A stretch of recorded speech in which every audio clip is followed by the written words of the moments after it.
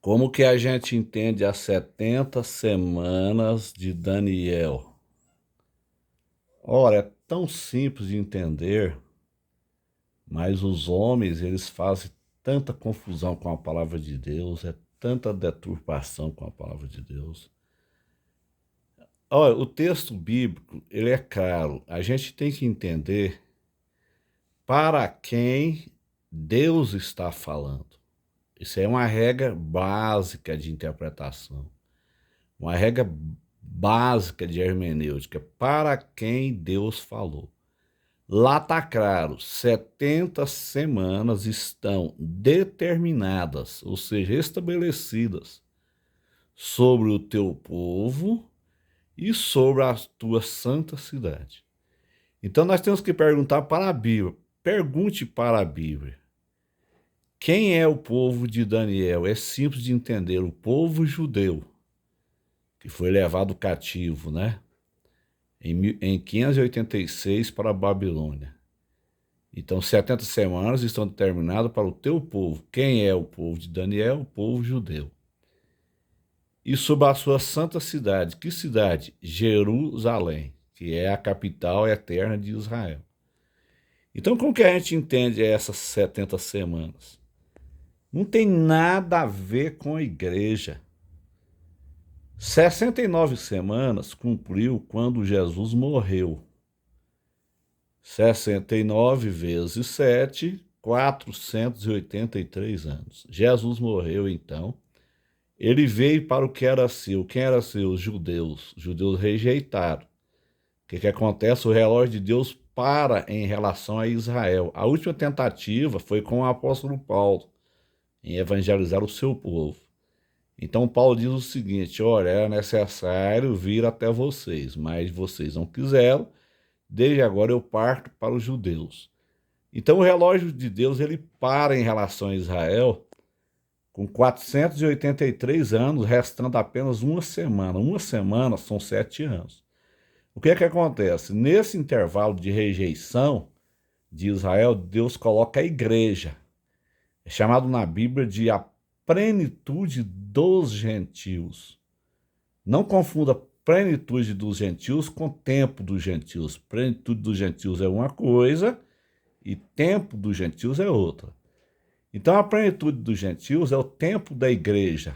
Agora nós estamos vivendo a plenitude dos gentios. O que acontece? Ela encerra com o arrebatamento da igreja. A igreja é arrebatada. Então o relógio de Deus destrava em relação a Israel. Aí ele vai tratar agora a última semana com o povo de Israel. A última semana são o quê? 7 anos. Então é simples de entender. A última semana ela não começou com a igreja na terra.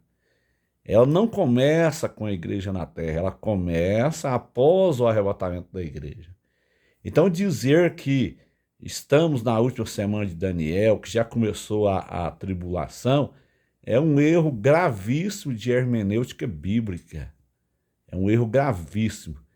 Isso aí chama-se teologia da substituição, que coloca a igreja no lugar de Israel. Então nós estamos vivendo onde? Na plenitude dos gentios. Encerra quando? Com o arrebatamento da igreja.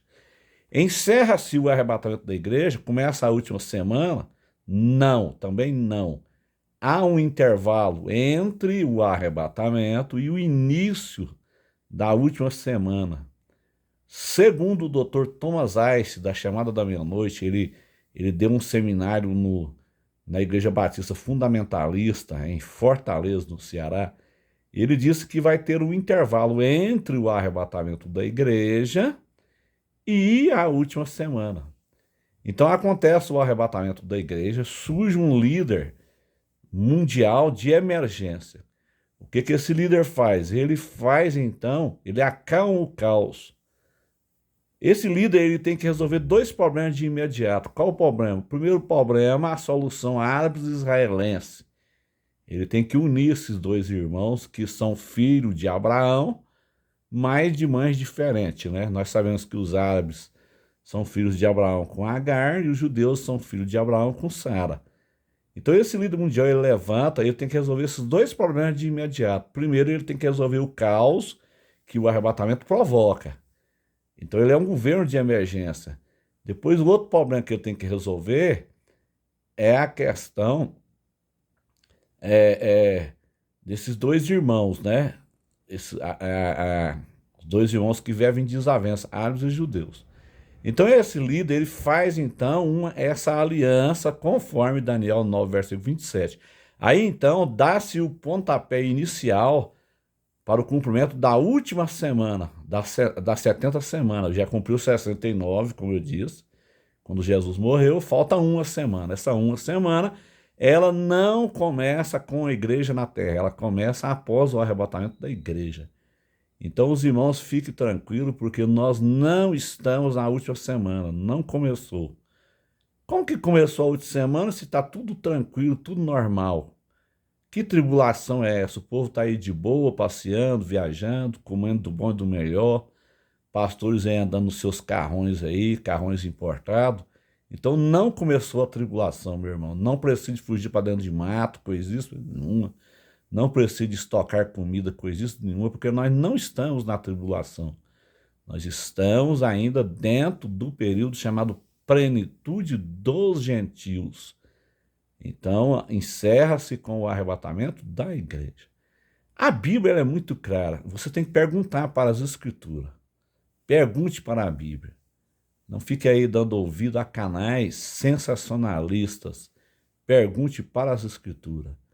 Lá está claro, 70 semanas estão determinadas, estabelecidas sobre o teu povo. Primeira pergunta, quem é o povo? De Daniel, o povo judeu. E a santa cidade. Segunda pergunta, quem é? Jerusalém.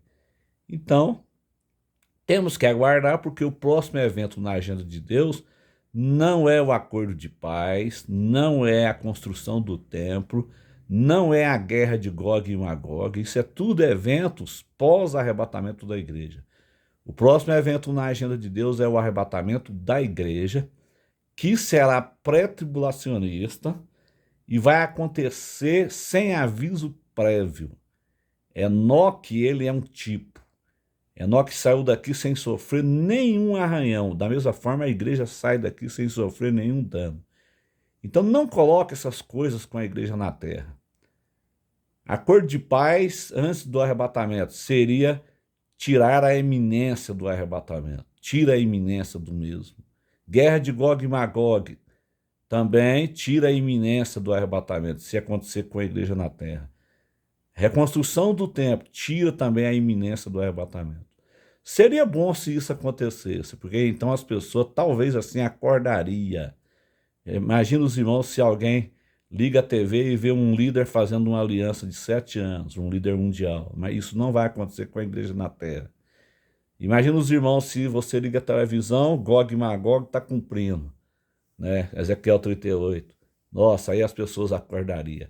Imagina você liga a TV, está reconstruindo o terceiro templo. Será que a igreja acordaria ainda? Eu acho que não. Então o arrebatamento ele é iminente. Ele acontece a qualquer momento, né? E como a minha esposa acabou de dizer, vai contradizer com a palavra de Deus. Porque o próprio Jesus disse que ele virá no momento em que não penseis. Então, se eu estou esperando acordo de paz, reconstrução do templo, guerra de Gog e Magog antes do arrebatamento, então, na verdade, então tem um sinal para o arrebatamento. E o arrebatamento da igreja, ele é iminente, ele é sem sinais. Os sinais são para a segunda vinda em Jerusalém. Então vamos estudar, meus irmãos, para quem Deus falou. Outra questão que eu quero levantar aqui é a questão do princípio de dores. As dores de parto não é para a igreja, as dores são para Israel. O texto é claro, todas essas coisas são princípios de dores. Que dores? Para quem Jesus está falando em Mateus 24? Está falando para Israel. Então são as dores de parto para o nascimento do Messias. Porque ali está começando a grande tribulação. São os 3 anos e meio de tribulação e os 3 anos e meio finais de grande tribulação. Então a igreja não está passando princípio de dor coisíssima nenhuma. Tem pastores aí andando dos seus raiucão aí, andando de Amarok, carro importado, ganhando seus mega salários, cobrando aí 70, 80, 100 mil reais para pregar. Então, que dor de parto é essa, meu irmão? Então, vamos deixar as Escrituras falar. Primeiro ponto para entender as Escrituras, entenda assim, para quem Deus falou. Tem textos bíblicos que Deus está falando com Israel e tem texto bíblico que Deus está falando com a igreja. Amém? Deus abençoe a todos, tenham todos uma boa tarde na presença do Pai Celestial. Glória a Deus.